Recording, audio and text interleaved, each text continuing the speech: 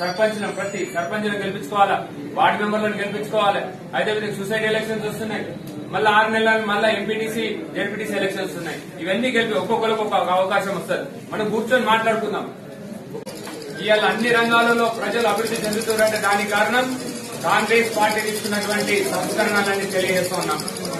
జవహర్లాల్ నెహ్రూ నుంచి ఏదైతే పంచవర్ష ప్రణాళిక అని చెప్పి ఆ రోజు కార్యక్రమాలు పెట్టారు, జవహర్లాల్ నెహ్రూ తర్వాత ఇందిరాగాంధీ, తదనంతరం రాజీవ్ గాంధీ, మళ్ళీ యూపీఏ గవర్నమెంట్ తీసుకున్నటువంటి సంస్కరణలతోటి ఇలా గ్రామాలు గాని పట్టణాలు గాని అభివృద్ధి జరుగుతుంది. దయచేసి ఇక్కడ ఉన్నటువంటి ఎల్లారెడ్డి నాయకులకు అందరికీ కూడా పేరు పేరున చేతులు జోడించి మీకు అందరు కూడా మన గ్రామంలో ఏమైనా సమస్యలుంటే నా దృష్టి తీసుకురండి. నేను వచ్చి కూర్చుంటా.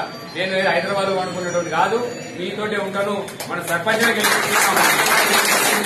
ఎక్కడైనా ప్రజలకు సేవ చేసే ఒక వార్డు మెంబర్కి అవకాశం ఉంటే ఆయన గెలిపించుకున్నాం. 10 రూపాయలు అవసరం ఉంటే ఖర్చు పెట్టుకుని మనం గెలిపించుకుందామని చెప్పి తెలియజేస్తున్నా.